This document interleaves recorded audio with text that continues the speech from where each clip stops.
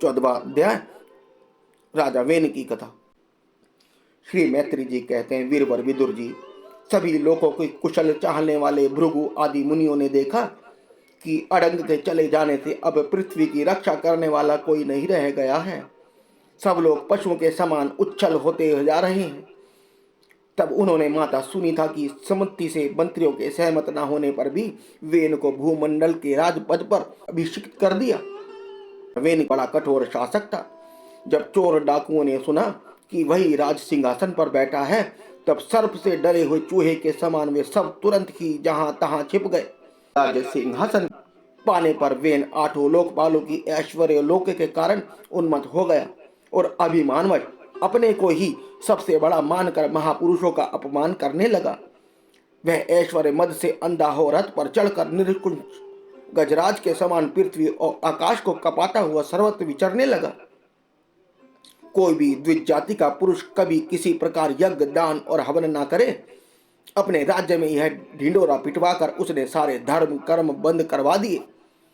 दुष्ट वेन का ऐसा अत्याचार देख सारे ऋषि मुनि एकत्र हुए और संसार पर संकट आया समझकर करुणावश आपस में कहने लगे, अहो, जैसे दोनों ओर जलती हुई लकड़ी के बीच में रहने वाली चींटी आदि जीव महान संकट में पड़ जाते हैं, वैसे ही इस समय सारी प्रजा एक ओर से राजा की ओर, दूसरी ओर चोर डाकुओं के अत्याचार से महान संकट में पड़ रही है। हमने अराजकता के भय से ही अयोग्य होने पर भी वेन को राजा बनाया था, किंतु अब उससे भी प्रजा को भय हो गया। ऐसी अवस्था में प्रजा को किस प्रकार सुख शांति मिल सकती है। सुनीता की कोख से उत्पन्न हुए यह वेन स्वभाव से ही दुष्ट है, परंतु सांप को दूध पिलाने के समान इसको पालना पालने वालों के लिए अनर्थ का कारण हो गया। हमने इसे प्रजा की रक्षा करने के लिए नियुक्त किया था, आज उसी को नष्ट करने पर तुला हुआ है। इतना सब होने पर भी हमें इसे समझाना अवश्य चाहिए। ऐसा करने से इसके किए हुए पाप हमें स्पर्श नहीं करेंगे। हमने जानबूझकर दुराचारी वेन को राजा बनाया था, किंतु यदि समझाने पर भी यह बात हमारी नहीं मानेगा तो लोक के धिक्कार से दुग्ध हुए इस दुष्ट को हम अपने तेज से भस्म कर देंगे। ऐसा विचार करके मुनि लोग वेन के पास गए और अपने क्रोध को छिपाकर उसे प्रिय वचनों से समझाते हुए इस प्रकार कहने लगे। मुनियों ने कहा, राजन, हम आपसे जो बात कहते हैं उस पर ध्यान दीजिए। इससे आपकी आयु, श्री, बल और कीर्ति की वृद्धि होगी। तात, यदि मनुष्य मन, वाणी, शरीर और बुद्धि से धर्म का आचरण करे तो उसे सर्व आदि शोक रहित लोकों की प्राप्ति होती है। यदि उसका निष्काम भाव हो तब तो वही धर्म उसे अनंत मोक्ष पद पर पहुंचा देता है। इसीलिए वीरवर, प्रजा का कल्याण रूप वह धर्म आपके कारण नष्ट नहीं होना चाहिए। धर्म के नष्ट हो जाने से राजा भी ऐश्वर्य से च्युत हो जाता है। जो राजा दुष्ट मंत्री और चोर आदि से अपनी प्रजा की रक्षा करते हुए न्याय कुल कर लेता है, वह इस लोक में और परलोक में दोनों जगह सुख पाता है। जिसके राज्य अथवा नगर में वर्ण आश्रम धर्मों का पालन करने वाले पुरुष सर्व धर्म पालन के द्वारा भगवान यज्ञ पुरुष की आराधना करते हैं, महाभाग, अपनी आज्ञा का पालन करने वाले उस राजा से भगवान प्रसन्न रहते हैं, क्योंकि वे ही सारे विश्व के आत्मा तथा संपूर्ण भूतों के रक्षक हैं। भगवान ब्रह्मादि जगदीश्वरों के भी ईश्वर है। उनके प्रसन्न होने पर कोई भी वस्तु दुर्लभ नहीं रह जाती। तभी तो इंद्र आदि लोकपालों के सहित समस्त लोग उन्हें बड़े आदर से पूजा उपहार समर्पण करते हैं। राजन, भगवान श्री हरि समस्त लोकपाल और यज्ञों के नियंता हैं। वे वेत्रय रूप, द्रव्य रूप और तप स्वरूप हैं। इसलिए आपके जो देशवासी आपकी उन्नति के लिए अनेक प्रकार की यज्ञ से भगवान का यजन करते हैं, आपको उनके अनुकूल ही रहना चाहिए। जब आपके राज्य में ब्राह्मण लोग यज्ञों का अनुष्ठान करेंगे, तब उनकी पूजा से प्रसन्न होकर भगवान के अंश स्वरूप देवता आपको मनचाहा फल देंगे। अतः वीरवर, आपको यज्ञ आदि धर्म अनुष्ठान बंद करके देवताओं का तिरस्कार नहीं करना चाहिए। वेन ने कहा, तुम लोग बड़े मूर्ख हो। खेद है, तुमने अधर्म से ही धर्म बुद्धि कर रखी है। तभी तो तुम जीविका देने वाले मुझ साक्षात पति को छोड़कर किसी दूसरे जार पति की उपासना करते हो। जो लोग मूर्खतावश राजा रूप परमेश्वर का अनादर करते हैं, उन्हें ना तो इस लोक में सुख मिलता है और ना परलोक में ही। अरे, जिसमें तुम लोगों की इतनी भक्ति है, वह यज्ञ पुरुष है कौन?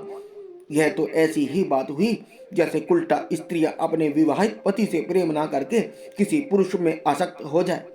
विष्णु, ब्रह्मा, महादेव, इंद्र, वायु, यम, सूर्य, मेघ, कुबेर, चंद्रमा, पृथ्वी, अग्नि और वरुण तथा इनके अतिरिक्त जो दूसरे वर और शाप देने में समर्थ देवता हैं, वे सब के सब राजा के शरीर में रहते हैं।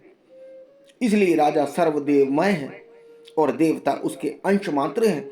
इसलिए ब्राह्मणों, तुम मत्सरता से छोड़कर अपने सभी कर्मों द्वारा एक मेरा ही पूजन करो और मुझी को बलि समर्पण करो।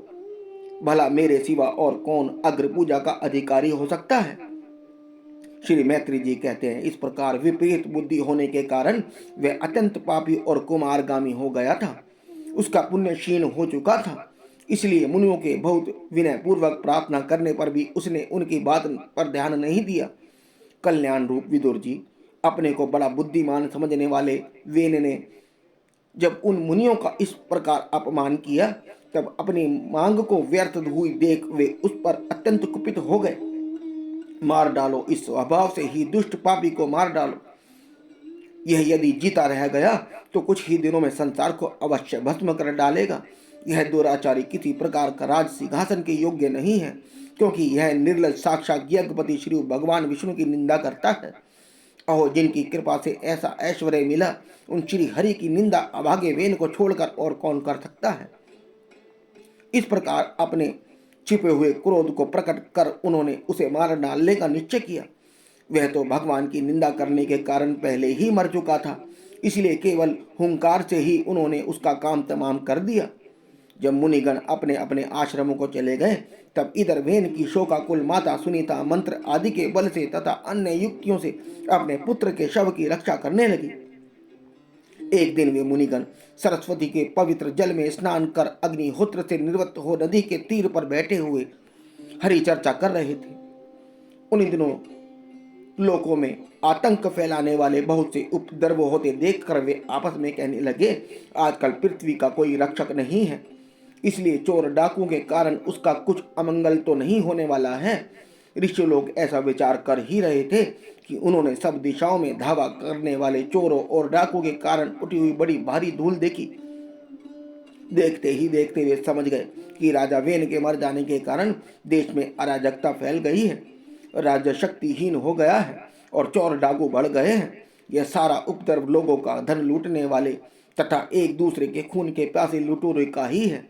अपने तेज से अथवा तपोबल से लोगों की ऐसी क्रूरवृत्ति रोकने में समर्थ होने पर भी ऐसा करने में हिंसा आदि दोष देखकर उन्होंने इसका कोई निवारण नहीं किया।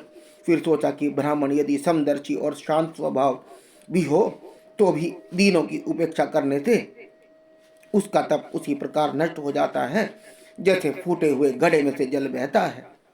फिर राजऋषि अडंक का वंश भी नष्ट नहीं होना चाहिए, क्योंकि इसमें अनेक अमोद शक्ति और भगवत परायण राजा हो चुके हैं। ऐसा निश्चय कर उन्होंने मर्त राजा की जांघों को बड़े जोर से मथा, तो उसमें से एक बौना पुरुष उत्पन्न हुआ। वह कोए के समान काला था। उसके सभी अंग और खासकर भुजाएं छोटी थी, जबड़े बहुत बड़े, टांगे छोटी, नाक चपटी, नेत्र लाल और केश तांबे के संग के रंग के समान थे। उसने बड़ी दीनता और नम्र भाव से पूछा कि मैं क्या करूं? तो ऋषियों ने कहा, निषिद्ध, बैठ जा। इसी से वह निषाद कहलाया। उससे जन्म लेते ही राजा वेन के भयंकर पापों को अपने ऊपर ले लिया। इसलिए उसके वंशधर निषाद भी हिंसा, लूटपाट आदि पाप कर्मों में रत रहते हैं। अतः वे गांव और नगर में न टिककर वन और पर्वतों में ही निवास करते हैं।